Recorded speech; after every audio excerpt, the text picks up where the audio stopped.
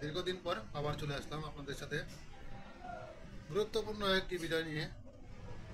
তো আজকের ভিডিওটি স্পেশালি আমার ব্যক্তিগত মতামতের জন্য। যদি ভিডিওটি ভালো লাগে অবশ্যই লাইক, কমেন্ট এবং শেয়ার করে দিবেন এবং সবাইকে এই বিষয়টি জানার জন্য বা দেখার জন্য বিনীত অনুরোধ রইল। তো আজকের বিষয়টি হচ্ছে আমাদের বাংলাদেশে, যেটাকে বাংলাদেশকে বলা হয় একটি মসজিদের দেশ এবং ঢাকা শহরকে বলা হয় মসজিদের শহর। তো এই মসজিদের শহরে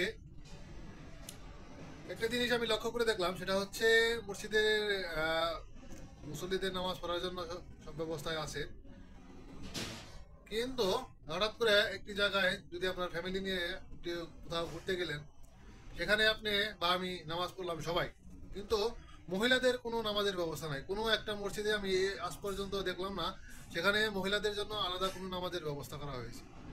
ইবাদত আসলে এটা তো সকল মানুষের জন্য, মানুষেরই ইবাদত করতে হবে, এটা নারী এবং পুরুষ সকলের ক্ষেত্রেই প্রযোজ্য। তো সেই ক্ষেত্রে একটি আমি পুরুষ হিসাবে আমি একটা নামাজের ওয়াক্ত হলো, নামাজ পড়তে গেলাম, নামাজ পড়লাম, কিন্তু ওয়াক্ত হলো আমার ফ্যামিলি নামাজটা পড়তে পারলো না বা একটি নামাজ পড়ার কোনো স্থান নেই। তো সেই বিষয়টি নিয়েই আসলে আজকে ভিডিওটি বানানো হয়েছে। তো এটা আসলে আমরা কেউ ভেবে দেখিনি যে আমাদের দেশে মসজিদগুলোতে মহিলাদের নামাজের কোনো ব্যবস্থা নেই। আসলে এটা আসলে আমার দৃষ্টিকোণ থেকে মোটেই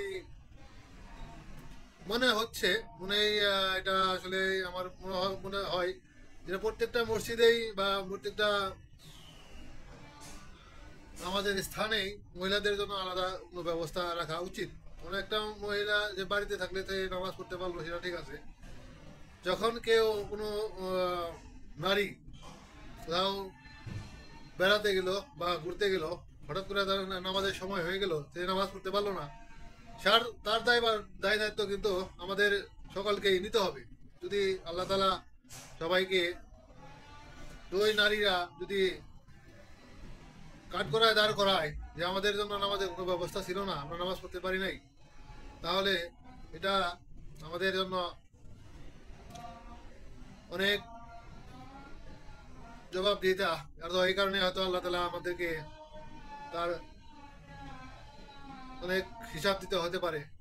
আল্লাহ তালা কাছে লাখো ক্ষমা চাই। হয়তো এই বিষয়টি নিয়ে কেউ কোনো আলোচনা করেনি, আলোচনা করার মতো প্রয়োজন বোধ করেনি, মনেও করেনি। আমার কেমন জানি মনে হলো যে আসলে এই বিষয়টা নিয়ে একটু আলোচনা করার দরকার। সেই সুবাদেই আজকের আমি ভিডিওটি বানিয়েছি। কারো ব্যক্তিগত মতামত নয়, এটা আমার নিজের পার্সোনাল একান্ত মতামত। তো সবাই ভালো থাকবেন, সুস্থ থাকবেন।